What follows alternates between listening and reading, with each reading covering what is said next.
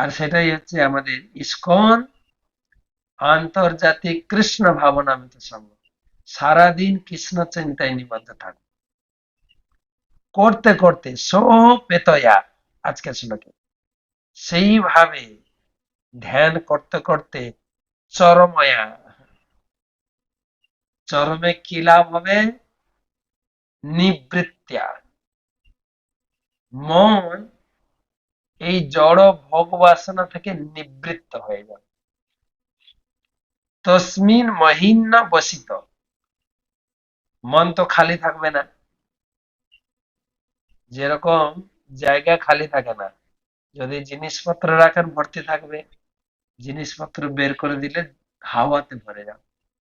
মনও সেই রকম, যখনই আমি ঘর বাড়ি সংসার বিষয় আসক্তি থেকে ওখান থেকে হাঁটিয়ে আনবো, মনটাকে তো কোথায় রাখতে হবে, কোথায় জুড়ে যাবে? এই যে সারাদিন ভগবানের রূপের ধ্যানের অভ্যাস করেছি, সেটাই বলছেন। তসমিন মহিন্ন বসিত, মন তখন সেই ভগবানের দিব্য রূপে আবদ্ধ হয়ে যায়, দিব্য রূপে আবদ্ধ হয়ে যায়।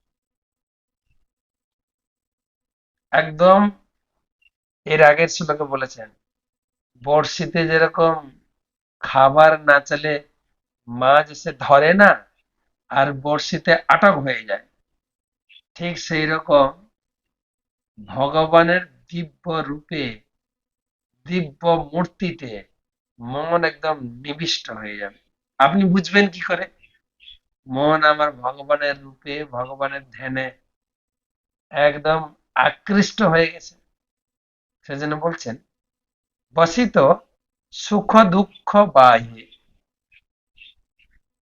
সমস্ত জাগতিক সুখ দুঃখের ঊর্ধ্বে চলে যাবে।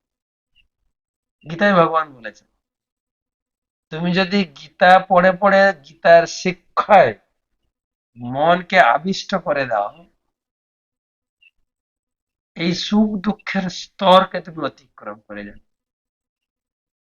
পদ্মপত্র ইমাম ভাষা উদাহরণ দিয়েছেন পঞ্চম অধ্যায় 10 নম্বর শ্লোকে গীতা। পদ্মপাতা জলেই থাকে, কিন্তু জল তাকে ভেজাতে পারে না। ঠিক সেরকম আমরা এই সুখ দুঃখ জগতে থাকলেও যারা এই ভগবানের ধ্যান করেন, গীতার জ্ঞানে নিজের মনকে আবিষ্ট করেছেন, সুখ দুঃখ বা ওই পদ্ম পাতার মতো জাগতিক কোনো সুখ দুঃখ তাকে স্পর্শ করবে না। আমি নিজের চোখে অনুভব করেছি সেই রকম ভক্ত অনেক আমাদের ইস্কনে রয়েছে। শ্রীপাদ জননিবাস প্রভু আমাদের ছেড়ে চলে গেছেন, শ্রীপাদ পঙ্কজাঙ্গি প্রভু। আমার নিজের গুরুদেবকে অনেক ক্ষেত্রে দেখেছি শারীরিক ভাবে অসুস্থ, কিন্তু তাকে কখনো তার ভাবমূর্তিতে আমরা দেখি না যে তিনি অসুস্থ। অনেক সময় প্রশ্ন করলেও তিনি বলেন, আমি অসুস্থ না, তোমরা তোমরা মনে করছো আমি অসুস্থ, কিন্তু আমি তো দেহ নই, আমি দেহ নই, আমি ভগবানের নিত্য দাস। ভগবান আমাকে যে পরিস্থিতিতে রাখেন, ভগবানের সেটা কৃপা। আর বাস্তবিক তাই আমরা দেখি। সে সময় জয়পাল স্বামী গুরু মহারাজ একদম সেই 24 ঘন্টা ভগবানের ধ্যান, ভগবানের সেবা, ভগবানের নামের প্রচার, ভগবানের চিন্তায় 24 ঘন্টা দিন রাত নিমগ্ন রয়েছে। একজন সুস্থ মানুষের পক্ষেও এত কাজ অসম্ভব।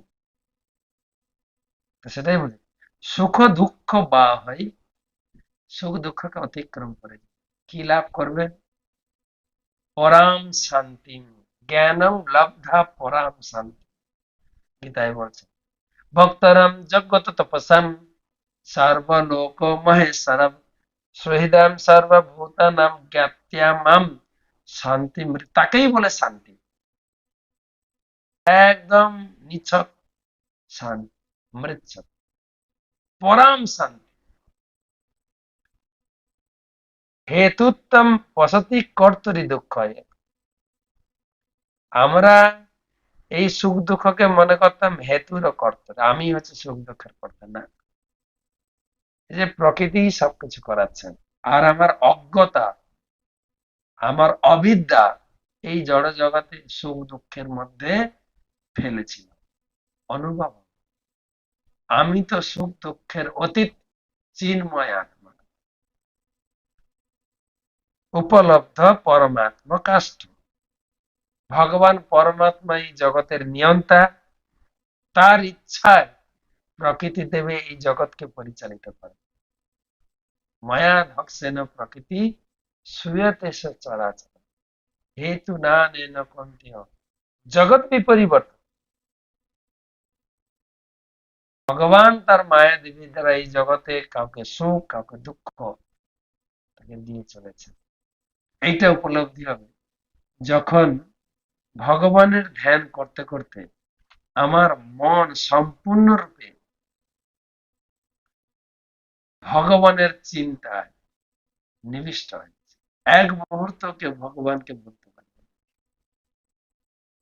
যেহেতু তিনি তার স্বরূপ উপলব্ধি করেছেন পূর্ণরূপে সিদ্ধ জীবের, তাই আর তখন বোধ থাকে না তার এই জড়দেহটি কিভাবে চলাফেরা করছে, কিভাবে কাজ করছে। যেমন মদ্যপানে উন্মত্ত ব্যক্তি বুঝতে পারে না তার শরীরের বসন আছে কিনা, যখন এই জড় জগতের স্থির থেকে তিনি ঊর্ধ্বে উঠে যাবেন। দেহাম চতম না পরম চরম স্থিতমুত্থিতং বা, এইভাবে ভগবানের চিন্তা করতে করতে সে যখন স্বরূপ উপলব্ধি করবে, আমি হচ্ছি ভগবানের নিত্য দাস চিন্ময় আত্মা, এই স্বরূপ উপলব্ধি হলে সিদ্ধ বিপশ্যতি, তাকে বলে সিদ্ধ স্বরূপ। সেই অবস্থা সে পৌঁছে গেছে। যত অধ্যগমৎ স্বরূপম, তিনি যখন সিদ্ধ অবস্থায় পৌঁছে যাবেন, দৈবাৎ উপেত মথ দৈব প্রসাদ উপেত,